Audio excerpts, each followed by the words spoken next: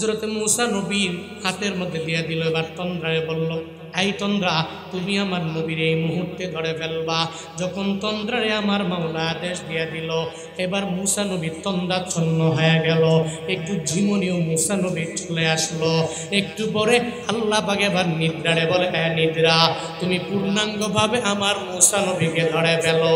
তন্দ্রার পরে এবার মূসা নবী যখন ঘুম চলে আসলো, পাহাড়ের চূড়ায় দাঁড়াইয়া হযরত মূসা নবীর হাতের মধ্যে কি কি একটা পানি ভর্তি গ্লাস। ওই গ্লাস অবস্থায় যখন নিদ্রা হযরত মূসা নবীকে ধরে ফেললো, সঙ্গে সঙ্গে নিদ্রা আসার পরে ওই গ্লাসটা হাত থেকে পড়ে জমিনে পড়িয়া পাহাড়ের মধ্যে পড়ে গ্লাসটা টুকরা টুকরা হয়ে গেল। পানিগুলো ছড়িয়ে ছিটিয়ে চলে গেল। মূসা নবী লাফ দিয়া ঘুম থেকে জায়গা থেকে একটা গ্লাস আনার জন্য আমার মাওলা আমারে আদেশ দিয়ে দিল। আর এই গ্লাসটা আমি হাতের মধ্যে লইয়া আমার মাওলা বলল, তুমি একটু দাঁড়ায় থাকো। এবার তো আমি এই গ্লাসটা নেওয়ার মাধ্যমে অল্প টাইমও আমি এই গ্লাসটা হাতের মধ্যে রাখতে পারলাম না। এটা কেমন হয়ে গেল? একটু বিব্রত বোধ করলেন, একটু লজ্জাও পেয়ে গেলেন। একটু লজ্জা পাইয়া সঙ্গে সঙ্গে আমার আল্লাহরে ডাক দেয়। আল্লাহ পাক জানা দেয়, হে আমার নবী মূসা, একটু আগে তুমি আমারে কষ্ট করেছো, আমি আল্লাহ ঘুমাই কি ঘুমাই না, আমি আল্লাহরে তন্দ্রায় ধরে কি ধরে না, আমি আল্লাহরে নিদ্রায় ধরে কি ধরে না। ও মূসা, তোমারে সাধারণ একটা গ্লাস আমি আল্লাহ তোমার হাতে দিলাম, তোমাকে বললাম কয়েক মিনিট এটা ধরে রাখার জন্য। মূসারে তন্দ্রার কারণে এই গ্লাসটা হাতের মধ্যে রাখতে পারো নাই, নিদ্রার কারণে তোমার হাত থেকে এই গ্লাসটা জমিনে পড়ে গেল, গ্লাসটা ভেঙ্গে ভেঙ্গে চুরমার হয়ে গেল রে মূসা। ও মূসা রে, তন্দ্রার কারণে একটা গ্লাস তুমি ধরতে পারো না, আমি আল্লাহ এ বিশাল আসমানের মালিক, আমি আল্লাহ এ বিশাল জমিনের মালিক রে মূসা। এই জমিনে আমি আল্লাহর কত মাখলুক আছে জানো? এই মাখলুকেরা আমি রবের জন্য কি পরিমাণে পাগল পারা হয়ে যায় রে মূসা। আমি আল্লাহকে বিপদে পড়ে ডাক দেয়, আমি আল্লাহরে মুসিবতে পড়ে ডাক দেয়, আমি আল্লাহরে আমার বান্দারা রাত গভীরে চোখের পানি ফেলায় কাঁদে, মালিক আমার জিন্দেগির গুনাহ তুমি মাফ করে দাও। আমার বান্দা যখন আমি আল্লাহরে বারবার বলে, মূসা রে, ওই রাত বিরাতে যদি আমি আল্লাহ তন্দ্রাচ্ছন্ন হইয়া একটু যদি ঘুমাইয়া যাই, তাহলে আমার বান্দাদের কি উপায় হয়ে যাবে? আমি আল্লাহ তো আমার রহমতের কারণে দুনিয়াতে বান্দাকে বাঁচায়া রাখলাম, আমার যে বান্দারা এই দুনিয়াতে আমি রবের বিন্দু মাত্র পরিমাণ রহমত পাবে না, কোন কাফের বাঁচতে পারবে না, কোন মুশরিক বাঁচতে পারবে না, কোন হিন্দু বাঁচতে পারবে না, কোন বৌদ্ধ বাঁচতে পারবে না, কোন মুসলমানও বাঁচতে পারবে না। এক কথায় রহমত দুই প্রকার, একটা রহমতে আম আর একটা হলো রহমতে খাস। রহমতে আম কোনটা? বলে যেই রহমতটা আল্লাহ পৃথিবীতে জড়ায়া ছিটায়া দিয়ে দিলেন, সেই রহমতের কারণে কাফেরেরা বাঁচে, সেই রহমতের কারণে হিন্দুরা বাঁচে, সেই রহমতের কারণে বৌদ্ধরা দুনিয়াতে বাঁচতে পারে, সেই রহমতের কারণে দুনিয়াতে সমস্ত মুশরিকেরা পর্যন্ত বাঁচতে পারে। আর একটা হলো রহমতে খাস, এই রহমতে খাস আল্লাহ হিন্দুরে দেয় না, এই রহমতে খাস আমার মাওলা কোনো বৌদ্ধরে দেয় না, এই রহমতে খাস আল্লাহ কোনো নাসারাকে দেয় না, এই রহমতে খাস আমার মাওলা কোনো মুশরিকের দেয় না। এই রহমতে খাস একমাত্র আমার মাওলা ওই বান্দাদের দেয়, সেই বান্দা এটা বলে লা ইলাহা ইল্লাল্লাহ। আমার রবের তাওহীদের বাণী যারা প্রচার করে, আমার রবের তাওহীদ একত্ববাদের কথা মালাগুলো যারা অন্তরে লালন করে, আল্লাহ পাকের রহমত এদের জন্য খাস। সুবহানাল্লাহ।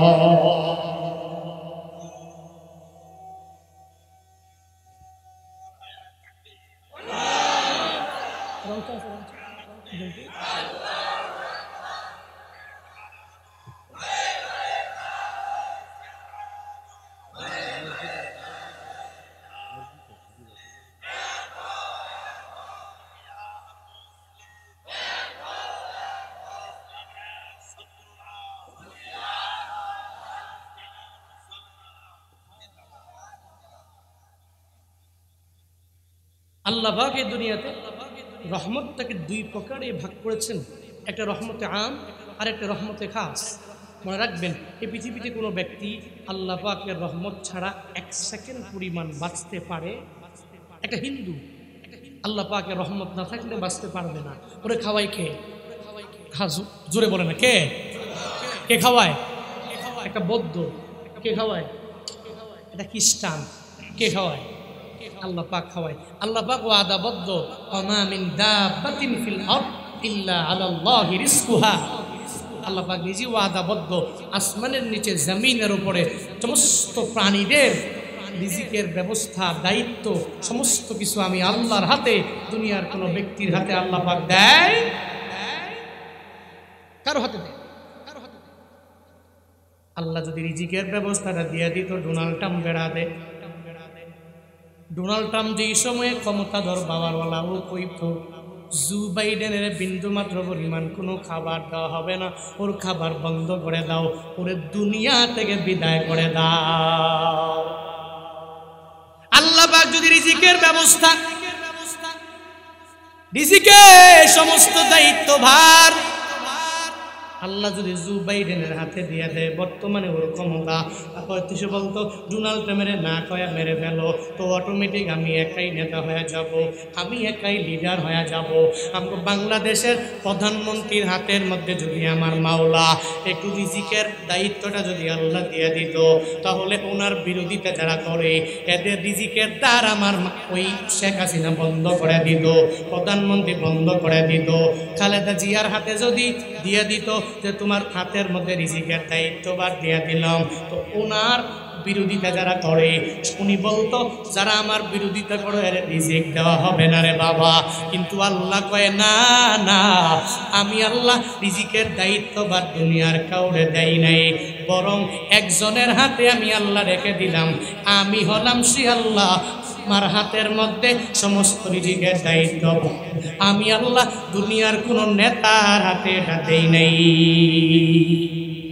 কার হাতে? জোরে বলেন।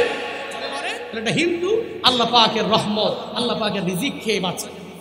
আল্লাহ সবাই রে খাওয়ায়, কাউরে রিজিকের তাড়নায় ফেলায় আল্লাহ মারে না। তবে দুনিয়াতে এই পরীক্ষার হলে যারা আল্লাহকে রাজি করে চলতে পারে, আল্লাহ এদের জন্য আখিরাতে একটা প্রতিদান রাখছে। ওই প্রতিদানের নাম কি? বলে না কি? জান্নাত। আল্লাহ আমাদের সবাইকে জান্নাতে যাওয়ার জন্য যেই কাজ করা লাগবে ওই কাজ বেশি বেশি করার তৌফিক দান করেন। আরো জোরে পড়েন, আবার পড়েন আমিন। আপনারা কি রাগ করতেছেন নাকি? কি কষ্ট পাচ্ছেন নাকি আপনারা? আল্লাহ পাক জানায়া দিলেন আমি আল্লাহর তন্দ্রাও ধরে না, নিদ্রাও ধরে না রে বান্দা, বিন্দু মাত্র পরিমাণ জীবনীও নাই, আমি মাওলার নিদ্রাও নাই। এই সিরাজগঞ্জ তারাস এলাকার মুসলমানেরা একটু মনোযোগের কান লাগাইয়া শুইন রে বাবা। আল্লাহ পাক নিজের পরিচয়গুলো কেমনে দিয়া দেয়? আল্লাহ পাক এই ব্যাপারে জানায়া দেয় লাহু মা ফিস সামাওয়াতি ওয়াল আরদ। এর মানে আল্লাহ পাক জানায়া দিলেন আসমানের নিচে জমিনের উপরে সমস্ত কিছু যা আছে সব আমার মাওলার জন্য হয়ে যায়। আল্লাহর গুণগান গায়। আমগো বঙ্গোপসাগর বে অফ বেঙ্গলের মধ্যে নীলতিমি আছে, ওই নীলতিমিগুলা আমার মাওলার গুণগান গায় কি গায় না? আমার মাওলার জিকির করে কি করে না? এ বান্দারে, দুনিয়ার সমস্ত মানুষেরা, দুনিয়ার সমস্ত প্রাণীরা আমার মাওলার গুণগান গায়, কিন্তু আমরা আশরাফুল মাখলুকাত হইয়া আমার মাওলার গুণগান আমরা গাইতে পারি না। আমরা রবের কথাগুলো মাইনা চলতে পারি না, আল্লাহর কোরআনের আদেশগুলা আমরা মাইনা মাইনা চলতে পারি না। আল্লাহ পাক যা নিষেধ করে জানায়া দিলেন তা থেকে নিজেকে বিরত রেখে চলতে পারি না। আল্লাহ পাক কোরআনে জানায়া দিলেন তুমি তোমার বউকে ঘরের মধ্যে রাখবা, কিন্তু আমি বউটারে ঘরে রাখলাম না, বরং ওই নারীটাকে কেমনে ঘর থেকে বের করা লাগবে আমি এই চিন্তা নিয়ে আগায়া গেলাম। আল্লাহ পাক জানায়া দিলেন তোমার ঘরের নারীরা তোমার সম্পদ, কশিনকালেও তুমি ওই মহিলাটাকে অন্য কাউরে দেখাবা না, একটা পরপুরুষকে কশিনকালেও তোমার বউকে দেখবে না, তোমার বউকেও তুমি দেখাবা না। কিন্তু এখন তো এমন একটা ট্রেন্ড হয়ে গেল, কেমন জানি হয়ে গেল, আমগো দেশে একটা বিয়া যদি করতে পারে, বিয়া কইরা দেখবেন একটা মন সুন্দর করে বানায়, ওই মঞ্চের মাঝে নিজের বউটারে সাজায় গুজে আইনা এবার নিজেও সুন্দর করে বসে, বউটারেও পাশে সুন্দর করে বসায়, এবার দুইজনেই কি সুন্দর করে করে কথা বলে, হাসি তামাশা করে। এরপরে সবাইরে জানায় দেয়, একটা ফেসবুকে পোস্ট দিয়া জানায় দেয়, আমি এখন গট মেরিড, আমি একটা বিয়া করলাম, একটা সুন্দরী রমণী আমার ঘরের মধ্যে আনলাম। এই যুবকেরা তোমরা বলো তো তোমাদের ভাবি দেখতে কেমন? কি আছে না নাই? আছে না নাই? দেখো তো যুবকেরা, দেখো তো আমার ফ্রেন্ড সার্কেলের লোকেরা, তোমাদের ভাবি দেখতে কেমন? ওদিকে কমেন্টে লেখে, ওরে ভাই রে ভাই, আপনি ভাবি রে ভাই জিতছেন, মাশাআল্লাহ, ওয়াও। আরে মনে মনে কয়, ওরে বাপ রে বাপ, এর লিগে তো বিয়া করলাম, বউয়ের ছবিটা সেইরা যেই পরিমাণ লাইক পাইছি, এত ইতিপূর্বে তো আমি আমার ছবি দিয়া বিন্দুমাত্র পরিমাণ মানুষের লাইকই করে না, এখন দেখছো নি বউয়ের ছবি দেওয়ার পরে লাইক তো বেড়ে গেল। মাথার মধ্যে শয়তান ছাপায়া ধরলো, শয়তান ঢুকাইয়া দিল, তুই তোর মাধ্যমে লাইক পাবি না, বউ দিয়ে ব্যবসা করলে লাইক পেয়ে যাবা। এবার দেখবেন অনেকে বউ কেমনে চলে, কেমনে হাঁটে, কেমনে ডানে যায়, কেমনে বামে যায়, বউ কেমনে ঘুমায়, বউ সকালবেলা কি দিয়া খাবার খায়, দুপুরবেলা কি দিয়া খাবার খায়, রাতের বেলা কেমনে চলে, বউয়ের জন্য কি বাড়ি বানাইলো, বউকে কিভাবে নিয়ে গেল, বউয়ের চেহারাটা দেখতে কেমন হয়ে যাবে, বউ কি টিকটকার হলো কি হলো না। দেখবেন বউয়ের লাইফ স্টাইল নিয়ে এবার অনেক স্বামী আছে নিজে ইনকাম করার জন্য একটা পেজ খুলে কাপল ব্লগ বানায় আর নিজের বউটারে মানুষের দেখায়, ওদিকে মানুষও কমেন্টে আইসা ওয়াও ওয়াও লেখে। এমন কিছু বেয়াক্কল যুবক আছে না না?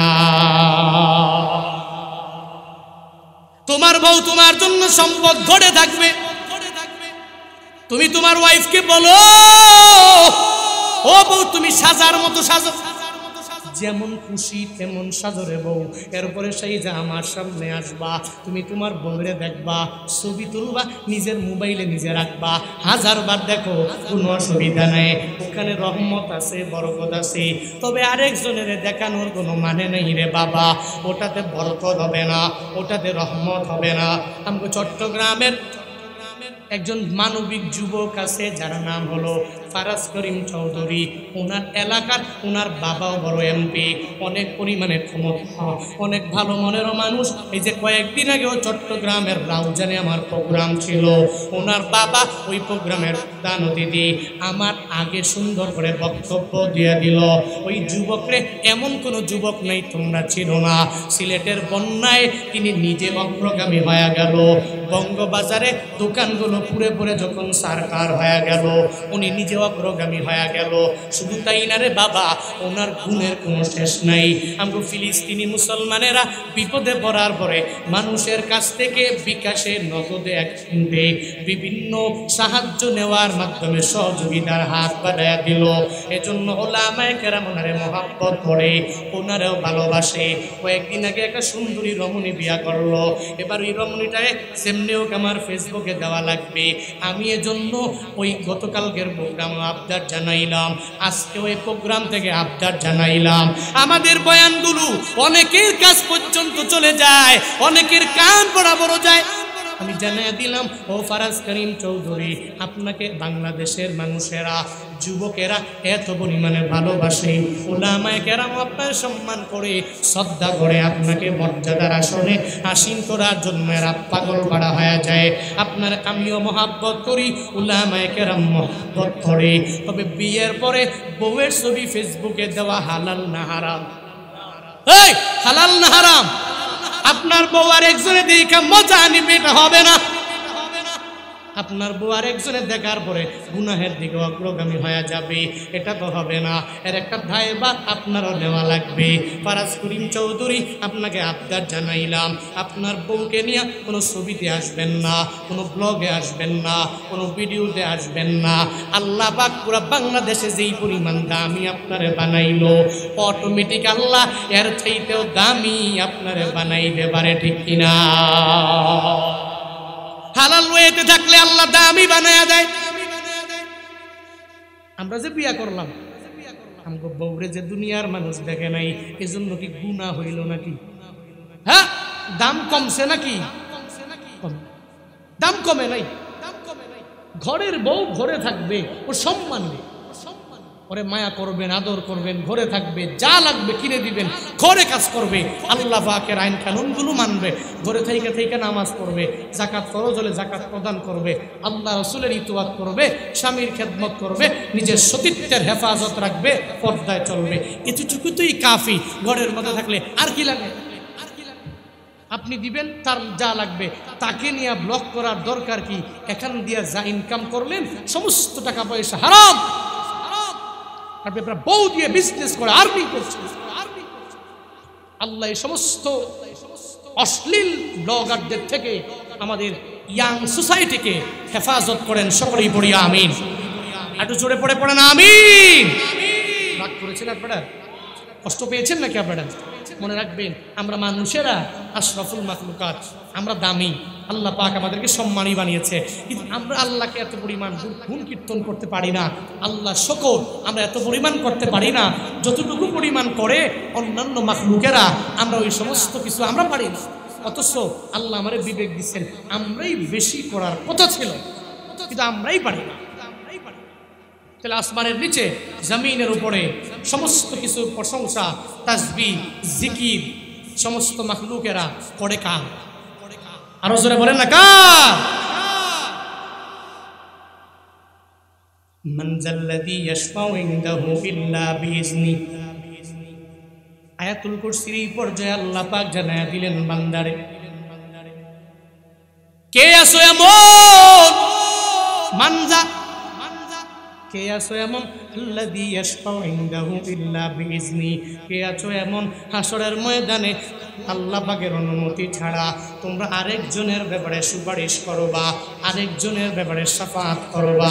কে আছো এমন? দুনিয়াতে এমন কেউ নাই যে আল্লাহ পাকের অনুমতি ছাড়া হাসরের ময়দানে সুপারিশ করতে পারবে। কেউ পারবে না। হযরতে আদম নবী পারবে না। সমস্ত উম্মতেরা, বুখারী শরীফের বর্ণনা, সমস্ত উম্মতেরা সমস্ত নবীর কাছে যাবে, সব নবী নাফসি নাফসি নাফসি নাফসি বলবে। একটা নবীও কোনো ফায়দা কারো করতে পারবে না, এক কিছু বিন্দু মাত্র পরিমাণ উপকার করতে পারবে না। কিন্তু রাহমাতুল লিল আলামিন নবী আমার, তোমার আমার জন্য এত পরিমাণে উপকারী হয়ে যাবে। আল্লাহ পাক আমার নবীরে এত পরিমাণে ক্ষমতা পাওয়ার দিয়ে দিলেন।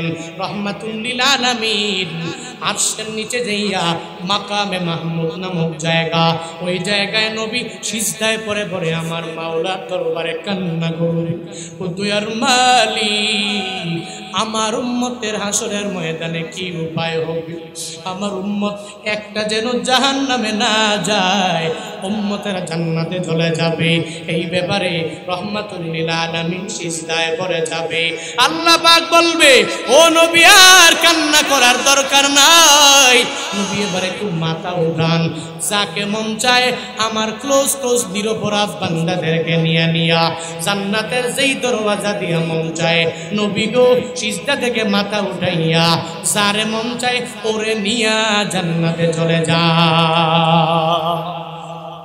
শুধু তাই না, হযরতে আবু হুরায়রার বর্ণনা রাহমাতুল লিল আলামিন জানায়া দিলেন, একদিন আল্লাহর পক্ষ থেকে একজন ব্যক্তি আমি নবীর দরবারে দুইটা প্রস্তাব নিয়ে নবীর দরবারে হাজির হয়ে গেল। কয়টা প্রস্তাব? সবাই বলেন। দুইটা প্রস্তাব নিয়ে নবীর দরবারে হাজির হলো। এক নাম্বার প্রস্তাব হলো, ও পয়গম্বর, আপনার উম্মতের মাঝে অর্ধেক উম্মতদেরকে মাফ করে বিনা হিসাবে জান্নাতে দেওয়া হবে। আপনি কি এই প্রস্তাব গ্রহণ করবেন, নাকি 2 নাম্বার প্রস্তাব হলো আপনাকে আল্লাহ পাক সুপারিশের ক্ষমতা দিয়ে দিবে, যারে মন চায় তারে নিয়ে আপনি জান্নাতের মধ্যে চলে যাবেন। রহমাতুল লিল আলামিন জানায়া দিল, এই বান্দারে তুমি আল্লাহর কাছে গিয়া জানাইয়া দাও, এই ফেরেশতা তুমি আল্লাহর কাছে গিয়া জানাইয়া দাও, 2টা প্রস্তাব আমি গ্রহণ করব না, একটা প্রস্তাব আমি গ্রহণ করে নিলাম। আমার উম্মতের মাঝে 50% উম্মতেরা বিনা হিসাবে জান্নাতে যাওয়ার দরকার নাই। শুধুমাত্র কেবলমাত্র একমাত্র আল্লাহ যদি আমারে একটা সুপারিশের ক্ষমতা যদি আল্লাহ দিয়া দেয়, আমি নবী হাসরের ময়দানে আমার উম্মতদেরকে চিনব, এদেরকে দেইকা দেইকা নির্বাচন করে আমি নবী এই জাহান্নামী উম্মতদেরকে জান্নাতে ঢুকাইয়া দিব। নবী ওই 2টা প্রস্তাবের মাঝে একটা গ্রহণ করে নাই, একটা করে নাই, আর একটা করছে। একটা হলো অর্ধেক উম্মতেরা জান্নাতে যাবে বিনা হিসাব, এটা গ্রহণ করবেন, নাকি আপনাকে সুপারিশের ক্ষমতা দেওয়া হবে, এটা গ্রহণ করবেন? নবী গ্রহণ করেছে কোনটা? যে সুপারিশের ক্ষমতা আল্লাহ আপনি আমাকে দেন। এজন্য সমস্ত নবীর উপরে আল্লাহ পাক নবীর মর্যাদা দিয়েছেন, এমনকি রহমাতুল লিল আলামিনকে সুপারিশের ব্যাপারেও হাসরের ময়দানে পারমিশন দেওয়া হবে। একটু চিল্লায়া পড়বেন কি সুবহানাল্লাহ। শুধু তাই না, রহমাতুল লিল আলামিন হাদিসে আরো জানায়া দিলেন, আল্লাহ পাক এই দুনিয়াতে সমস্ত আম্বিয়া রসুলদেরকে আমার মাওলা দুনিয়াতে এমন একটা ক্ষমতা দিয়া দিলেন, এরা যে কোনো সময়ে যে কোনো টাইমে যেই দোয়াটা করবে সঙ্গে সঙ্গে আল্লাহ কবুল করে নেবে। মানে একটা দোয়া আল্লাহ এদের দিয়া দিলেন, একটা পারমিশন দিয়া দিলেন, আপনি যে কোনো টাইমে যাকে যে কারো বিরুদ্ধে যখনই আপনি বলবেন আমি আল্লাহ আপনার দোয়াটা কবুল করে নিতে পারি। আল্লাহ সমস্ত নবীরে দেওয়ার পরে মুসা নবী এই সুযোগটা কাজে লাগায়া দিল, হযরত ঈসা নবী এই সুযোগটা কাজে লাগায়া দিল, হযরত দাউদ নবী এই সুযোগটা কাজে লাগায়া দিল, হযরত সুলাইমান নবী এই সুযোগটা কাজে লাগায়া দিল। কিন্তু আমার পয়গম্বর এই সুযোগটারে নবী কাজে লাগায় নাই। নবী সুযোগটারে উম্মতের জন্য পরিপূর্ণ রিজার্ভ করে আমার নবী রেখে দিল। নবী আমার বলে এই দুনিয়াতে আমি নবী আল্লাহর পক্ষ থেকে একটা ক্ষমতা পেয়ে গেলাম, যখন যেই টাইমে আমি যেভাবে বলবো আল্লাহ পাক আমি নবীর দোয়া কবুল করে নিবে। কিন্তু আমার উম্মতের বেলায় আমি দুনিয়াতে কাজে লাগাই নাই, এই দোয়াটা আমার উম্মতের জন্য মায়া করে আমি নবীর রিজার্ভ করে রেখে দিলাম।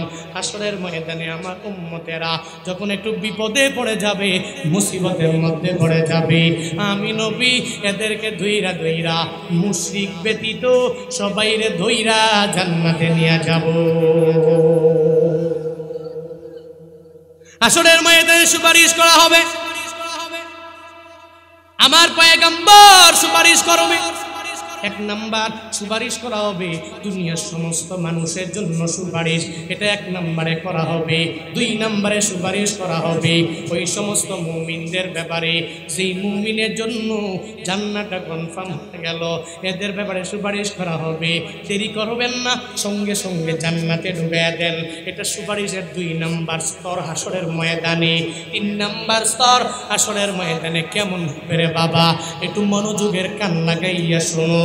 মিজানের দাড়ি পাল্লায় হাসরের ময়দানে বান্দা যখন উঠবে, মিজানের দাড়ি পাল্লায় যাওয়ার পরে একজনের বাম হাতের মধ্যে আমলনামা চলে আসলো, ও জান্নাতে যাবে না জাহান্নামে যাবে, এটা কনফার্ম হয়ে গেল। জাহান্নামে যাবে এটা ভাব হয়ে গেল। ওই সময়ে আল্লাহ পাক কিছু নবী, কিছু ওলি, কিছু উলামা, কিছু সুহাদা, এদেরকে আল্লাহ অনুমতি দিয়ে দিবে, তোমাদেরকে সুপারিশ করার জন্য অনুমতি দিয়ে দিলাম। এদের ব্যাপারে একটু সুপারিশ আমার মাওলার দরবারে করবে। তবে মনে রাখবা, যারাই সুপারিশ করে আল্লাহ পাক যদি মন চায় কারো সুপারিশ গ্রহণ করে কেউ জান্নাতে দিবে, ওটা আমার রবের ইখতিয়ার। আল্লাহ যদি চায় তার জান্নাতে দিবে না, জাহান্নামে দিয়ে দিবে। এটা আমার রবের ইখতিয়ার হয়ে যাবে, আমার রবের ইচ্ছা অনুযায়ী হয়ে যাবে রে বাবা। শুধু তাই না, এবার সুপারিশ হবে কার জন্য?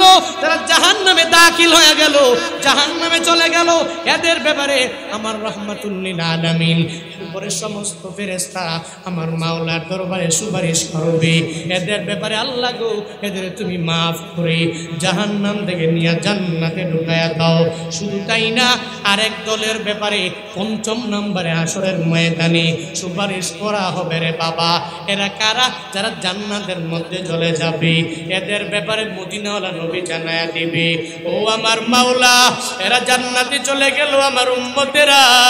দুনিয়াতে আমি রবের অনুমতি ছাড়া অথবা হাসরের ময়দানে আমি রবের অনুমতি ছাড়া কারো ব্যাপারে সুপারিশ করবে, কারো ক্ষমতা নাই, কারো পাওয়ার নাই, কেউ আমি রবের অনুমতি ছাড়া কশিনকালেও আমি রবের অনুমতি ছাড়া এরা সুপারিশ করতে পারবে না। ইয়ালামু মা বাইনা আইদিহিম ওয়া মা খালফাহুম ওয়া লা ইউহিতুনা বিশাইইন মিন ইলমিহি ইল্লা বিমা শা। আল্লাহ পাক জানায়া দিলেন, ইয়ালামু মা বাইনা আইদিহিম ওয়া মা খালফাহুম। আল্লাহ পাক জানেন বান্দার সামনে কি আছে, পেছনে কি আছে। আমরা তো সামনে একটু দেখি, আর পরে দেখি না, এরপরে আবার পেছনে দেখি না। আমাদের চোখের এত পাওয়ার নাই।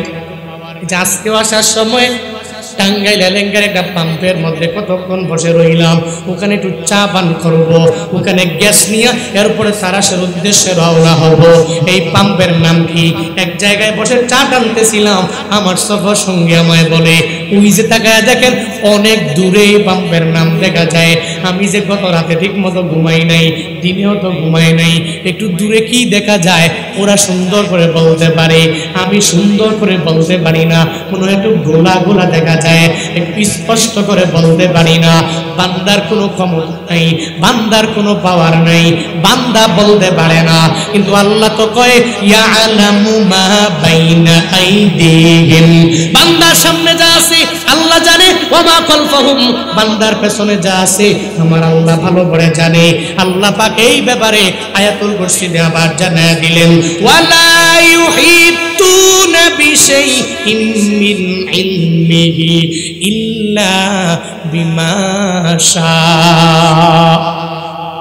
আল্লাহ পাকের ইলম এত বড়, আল্লাহ পাকের জ্ঞান গরিমা এত পরিমাণে বড়, আল্লাহ পাকের জ্ঞান গরিমার সাথে দুনিয়ার কেউ পারবে না রে বাবা। আল্লাহ পাকের জ্ঞান এত পরিমাণে বড়, ওই রবের জ্ঞান আল্লাহ যদি কোনো বান্দারে দেয় বান্দা পাবে, যাকে দিবে না ওই ব্যক্তিগুলো পাবে না। আল্লাহ পাকের জ্ঞান এটা কি বলে শেষ করা যাবে? যাবে? যাবে না। আল্লাহ বলছেন ওয়ালা ইউহিতুনা বিশাইইন মিন ইলমিহি ইল্লা বিমা শাআ, তার ইলমকে পরিবেষ্টন কেউ করতে পারবে না। হ্যাঁ, যাকে ইচ্ছে তারে উনি কিছু কিছু ইলম দিয়ে দেন, তবে ওই ইলম দ্বারা তো আল্লাহর ইলমকে পরিবেষ্টন করা সম্ভবপর হবে। আসিয়া কুরসিয়্যুহুস সামাওয়াতি ওয়াল আরদ। এবার আল্লাহ পাক জানায়া দিলেন আমি রবের কুরসিটা কত পরিমাণে বড় জানোনি? বলে আমি রবের কুরসি আসমান আর জমিনের চাইতেও বড়। আসমান আর জমিনের চাইতেও ছোট্ট একটা উদাহরণ রাহমাতুল লিল আলামিন কুরসির বর্ণনা এভাবে দিয়েছেন, একটা বিশাল মাঠ, বড় প্রশস্ত, দৈর্ঘ্য প্রস্থে বিশাল বিশাল, এত বড় এক মাঠের মাঝে ধরেন চলন বিল, এই চলন বিলের মাঝে যদি একটা ছোট্ট আংটি যদি কেউ ফালায়া দেয়, এটা খুঁজে পাওয়া দুষ্কর হবে কি হবে না? ইজি হবে? পাওয়া যাবে না, খুঁজে পাওয়া যাবে না। নবীজি উদাহরণ দিতে গিয়ে জানিয়েছেন এই ছোট্ট আংটিটা হলো এই 7 আসমান আর 7 জমিন, আর আল্লাহ পাকের কুরসি হলো এই বিশাল চলন বিল। সুবহানাল্লাহ পড়ে না তো? আল্লাহু আকবার পড়ে না? আল্লাহ পাক বলছেন ওয়াসিয়া কুরসিয়্যুহুস সামাওয়াতি ওয়াল আরদ, আসমান আর জমিন তার কুরসিটা একদম ঢেকে রেখেছে। এরপর আল্লাহ পাক বলছেন ওয়ালা ইয়াউদুহু হিফযুহুমা ওয়া হুয়াল আলিয়্যুল আযীম। আল্লাহ পাক বলছেন এত বড় আসমান জমিন রক্ষণাবেক্ষণ করতে গিয়ে আল্লাহর বিন্দু মাত্র পরিমাণ কোনো কষ্ট সাধন হয় না, কোনো ক্ষতি হয় না। কোনো আনইজি ফিল হয় না, কারণ আল্লাহ তো এমন রব, ওহুয়াল আলিয়্যুল আযীম, তিনি তো সুউচ্চ, তিনি তো সুমহান, ওই রব এত বড়, আল্লাহ চাইলেই এগুলো রক্ষণাবেক্ষণ করতে কোনো টেনশন হয় না, কোনো চিন্তা হয় না। ওই আল্লাহ যা কিছু চায় তা করতে পারে কি পারে না? এই পারে কি পারে না? ইন্নামা আমরুহু ইযা আরাদা শাইআ আইয়াকুলা লাহু কুন ফায়াকুন ফাসুবহানাল্লাযী বিয়াদিহি মালাকুতু কুল্লি শাইইন ওয়া ইলাইহি তুরজাউন। আল্লাহ পাক বলছেন, আমি আল্লাহ নির্দেশ করি, আদেশ করি, কিছু একটা করব, খালি বলি, আদেশ সূচক আমরে হাজের মারুফের একটা সিগা বলি, কুন তুমি হও, বলতে দেরি হইতে দেরি হয় না। সুবহানাল্লাহ পড়ে না? আরো জোরে পড়ে না? এই যে আমরা ডান পাশে ঘর, এটা কার ঘর বলেন না? কার ঘর? এই ঘরের দাম কম না বেশি? আমার ঘর, আপনার ঘর, সভাপতির ঘর, কমিটির ঘর, কার ঘর? মনে রাখবেন, নি ঘর বড্ড দামি। এটা জামে মসজিদ না? এখানে জুমা হয়, জামে মসজিদ। মনে রাখবেন, 104 বছরের ঐতিহ্য, এশিয়া মহাদেশের ফুরফুরা দরবার শরীফ, একটা সুনাম ধন্য দরবার শরীফ। ওখানকার আল্লাহর ওলিদের পা ছোঁয়া এই গ্রামে লেগেছে। আপনারা ধন্য বাবা, ধন্য। এইসব মসজিদ, এটা জামে মসজিদ। মনে রাখবেন, একটা হাদিস শুনে যাই, পৃথিবীতে সমস্ত মসজিদ তো সমান, তবে মর্যাদার দিক থেকে 4টা মসজিদ আরো বেশি দামি। কয়টা? 1 নাম্বার মসজিদ হারাম, যেটা কাবার পাশে চতুর্পাশে মসজিদ হারাম। 2 নাম্বার মসজিদ নববী। 3 নাম্বার জেরুজালেমের মসজিদ, মসজিদ আকসা। 4 নাম্বার মক্কা থেকে মদিনায় হিজরত করে যাওয়ার পরে প্রথম যে মসজিদ, মসজিদে কুবা। কয়টা? এই যে হাদি সাহেব গিয়ে দেখে আসছে মদিনায় মসজিদে কুবা। নামাজও পড়ছেন, নামাজও পড়ছেন। আল্লাহ পাক আমাকেও সুযোগ দিয়েছেন, কয়েকবার আমি কুবাতে গিয়ে নামাজ পড়েছি।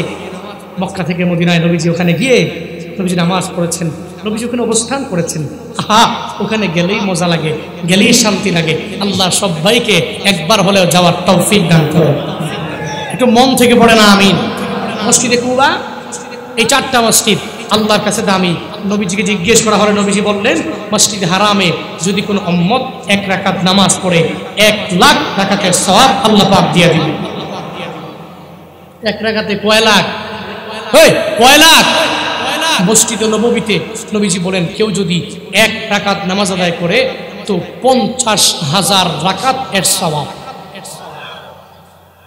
মসজিদে আকসাতে যদি কোনো ব্যক্তি 1 রাকাত নামাজ আদায় করে তবু 50,000 রাকাতের সওয়াব। এবার আসেন আমরা লালুয়া মাজিরার এই জামে মসজিদ, এই মসজিদে নামাজ পড়লে কয় রাকাতের সওয়াব? বলে এই মসজিদে আপনি আইসা যদি 1 রাকাত নামাজ পড়েন তো 500 রাকাতের সওয়াব। আরো জোরে সুবহানাল্লাহ। যেই মসজিদ পাঞ্জেগানা মসজিদ, যেই মসজিদে জুমা হয় না, ওই মসজিদে নামাজ পড়লে 1 রাকাতে 50 রাকাত নামাজের সওয়াব।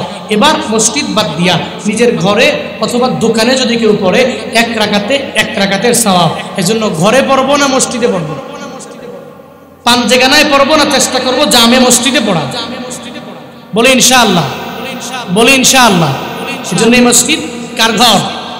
আল্লাহর ঘর। যদি আপনি নির্মাণ করেন, আপনি হাসরের ময়দানে আল্লাহর যদি কোন, আল্লাহ আপনার ঘর আমি নির্মাণ করছি। ছোট্ট হাদিস শোনাই, হযরত ওসমান ইবনে আফফান। কষ্ট হচ্ছে আপনাদের? কষ্ট হচ্ছে বাবা? হযরত ওসমান ইবনে আফফান 3য় খলিফা। কয় নাম্বার? 3 নাম্বার খলিফা। আবু বকর, ওমর, ওসমান। ওসমান ইবনে আফফান রাদিয়াল্লাহু তাআলা আনহুর জামানায় উনি মসজিদে নববীকে একটু সংস্কার করার জন্য দায়িত্ব নিলেন। সংস্কার করছেন, কিছু লোক বলতেছে হযরত ওসমান এটা কি কাজ করছে? মসজিদে নববীকে উনি সংস্কার করছে কেন? ওসমান ইবনে আফফানের কানে গেল, উনি বলল, তোমরা জানো না, আমি নবীর মুখে বলতে শুনেছি, নবী বলেছে যে ব্যক্তি আল্লাহকে রাজি করার লক্ষ্যে একটা ঘর বানাইলো অথবা সংস্কার করলো, আল্লাহ পাক তারে হাসরের ময়দানে জান্নাতে এর চাইতে একটা সুন্দর বালাখানা দান করবে। মান বানা লিল্লাহি মাসজিদান বানাল্লাহু লাহু বাইতান ফিল জান্নাহ। এটাই নবীজির হাদিস, ওসমান ইবনে আফফান বলেছেন। সো গত বছর আমি এই মাহফিলে এসেছিলাম, আপনাদের দান দেখে আমি অভিভূত হয়েছিলাম এবং গত বছরের দানের বদৌলতে আমি অনেক চেঞ্জিং মসজিদে দেখতে পেরেছি। আপনাদের দান আপনারা করেছেন, ওনারা খায় নাই, ওনারা নিজের বাড়ি করে নাই, ওনারা গাড়ি কিনে নাই, জমি কিনে নাই, আপনাদের টাকা দিয়ে এই মসজিদকে ডেভেলপ করেছে। মসজিদের দোতলার পিলারগুলো সুন্দর উঠেছে, এখন নিয়োগ করেছে ছাদ দিবে। আল্লাহ পাক আপনাকে মাল দিয়েছেন, সম্পদ দিয়েছেন। বাপ, 1 বছর পরে আমি একবার আসছি, 1 বছর পরেই আপনার দরবারে চাচ্ছি। আমি ইন ফিউচারে কোথাও দেখা হবে কি হবে না এই গ্যারান্টি আমার নাই, এই গ্যারান্টি আমি দিতে পারবো না। আপনার সাথে আমার মোলাকাত হবে কি হবে না, আপনি আমারে দেখবেন কি দেখবেন না, এই গ্যারান্টি কি আছে বাপ? আছে। আল্লামা দেলোয়ার হোসেন সাঈদী জেলখানায় যাওয়ার পূর্বেই কত মানুষ চোখের পানি ফেলে ওনার জন্য কান্না করেছে এবং অপেক্ষায় ছিল, ওয়েটিংয়ে ছিল। জেলখানা থেকে ছাড়া পেলে আবার এই কোরআনের পাখির কিছু তাফসীর সামনে বসে এই ইয়াং জেনারেশনরা শুনবে, অনেক আশা ছিল। কিন্তু আল্লাহ পাক নিয়ে গেছেন যে কোনো একটা মাধ্যমে, চলে গেছে দুনিয়া থেকে বিদায় নিয়ে।